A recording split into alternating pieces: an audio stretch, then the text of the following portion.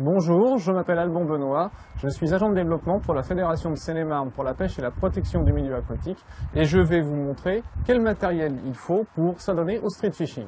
Pour le street fishing, vous allez avoir besoin, première chose, une canne à pêche bien sûr, comme à chaque fois qu'on va à la pêche. Donc alors une canne à pêche un peu particulière dans la mesure où elle devra être légère, d'une longueur d'à peu près de 2 mètres et qui aura la capacité d'envoyer des leurres qui auront un grammage très faible.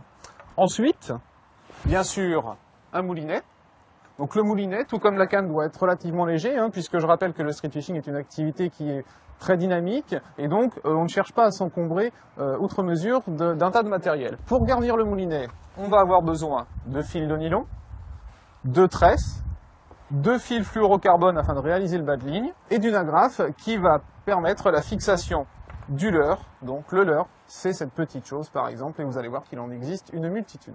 On me pose souvent cette question, c'est pourquoi utiliser à la fois du fil de nylon, de la tresse et du fluorocarbone, puisque tous les trois s'apparentent à des fils de pêche, mais pourtant ils ont une fonction toute bien différente.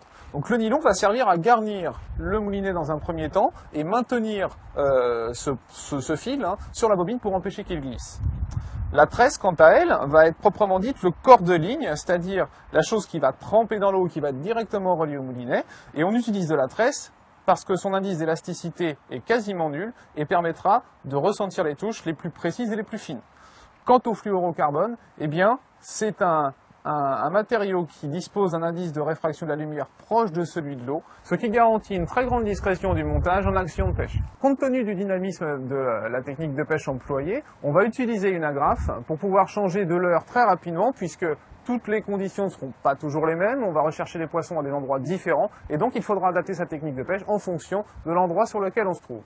Maintenant que vous connaissez tous les composants d'un ensemble street fishing, je vous recommande de vous rendre dans le magasin de pêche le plus proche, afin de vous munir de tout ce matériel.